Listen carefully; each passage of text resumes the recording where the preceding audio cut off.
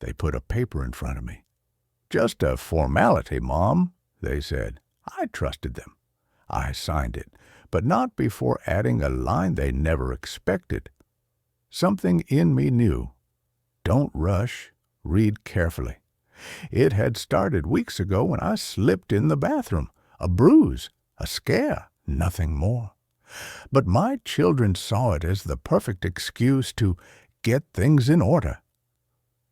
"You shouldn't live alone anymore," said Esteban. "This paperwork is too complicated." They spoke sweetly, using that sugar-coated tone to quiet objections. I believed they were worried. I felt cared for. Then came the documents, house, pension, car, all to make life easier for me. But behind their politeness I saw urgency. I asked to read in peace. They exchanged uneasy glances. "Just trust us," Mariana said. That night I couldn't sleep. I got up and read every page. That's when I saw it, buried in legal jargon, a clause that stripped me of my house. I would become a guest in my own home. I didn't cry or scream. I thought.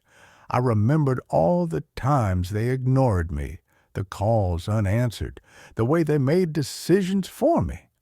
So I picked up a pen and added a line. A simple clause they wouldn't notice, but one that changed everything. The next day I smiled, served coffee, and handed over the signed papers. Days passed. No calls, no changes. They believed I had surrendered. Then Mariana called. "Everything's done," she said. "Also, we thought you could live with one of us, or maybe alternate." I was a burden now, a plant to be passed around. "Thanks. I'll think about it," I replied, but I wasn't angry at the plan. I was angry at how they masked it in kindness. I opened my journal and wrote everything, my doubts, my pain, my truth. What they didn't know was that clause I added. It was legal, solid. I had learned how to read contracts long ago. Any changes to the house now required my written consent. Without it, nothing could move forward. Soon after, Esteban showed up. "We're thinking of renting the house while you stay at Mariana's," he said. I looked at him. "Did you read what you signed?" Silence. "Check Clause 4, Section C," I added. His face changed as he read. Confusion, shock. "What is this?" "My way of saying I still know how to protect myself." "You complicated everything." "No," I smiled, finally balanced it. That night, I slept like I hadn't in years, not because I'd beaten them, but because I'd finally chosen myself. They thought they had won, but I'd left a door open just for me. The next day, Mariana called. This time, her voice wasn't sweet. It was bitter. "Why did you do it without telling us? And why did you decide everything without telling me?" She fell silent. "We just wanted to help. Number U wanted control, and you assumed your mother was too naive to notice." The conversation ended without peace. But I'd said what needed to be said, and that was freedom. They thought she would stay silent. But she picked up a pen, and everything changed. "What are you trying to do, Mom? Divide us?" Mariana's voice cracked. Her mother stood up calmly. "I'm not dividing anyone. You did that when you left me out. I'm just setting boundaries. You're our mother. You should trust us. And you should have respected me, not treated me like a signature on paper." Mariana opened her mouth but said nothing. "I want you to leave," her mother said gently. "Today is for peace, not blame." The lawyer packed his briefcase. Esteban mumbled. Mariana left without turning back. She closed the door, not in anger, but with dignity. In the kitchen she made tea and wrote in her notebook, "It's not about winning. It's about reclaiming my voice." That night, her granddaughter Camilla arrived with a flower and a note. "Grandma, I want to learn everything from you." They shared hot chocolate.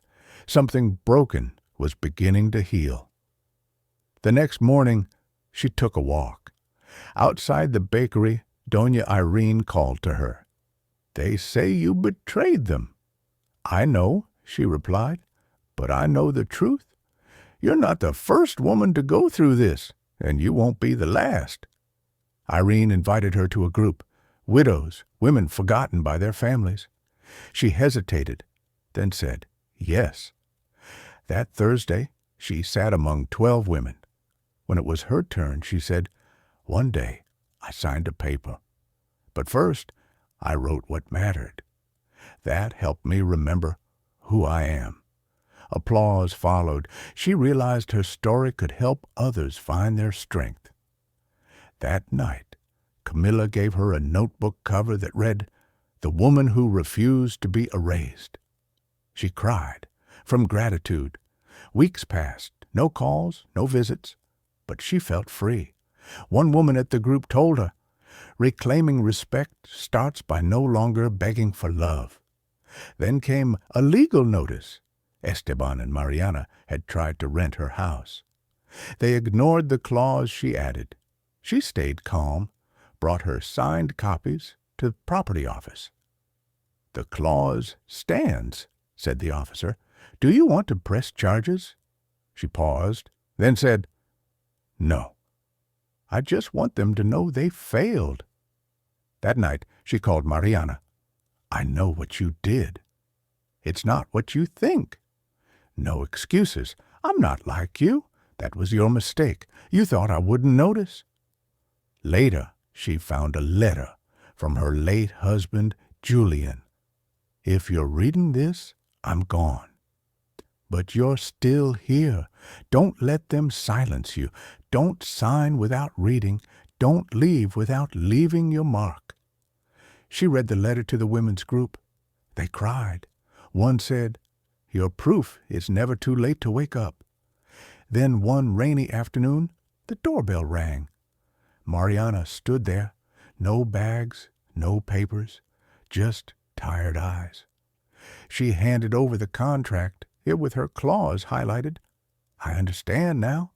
Camilla talks about you. I want to learn too. Let's start with coffee." That night they planted jasmine together. Mariana said, "When it blooms, we'll know something good began." Later, Camilla arrived with her sketchbook. "Tell me a story," she asked. "Number today you write." She handed Camilla a blank notebook. "This saved me. Now it's your turn." Camilla wrote, "My grandmother taught me never to stay silent."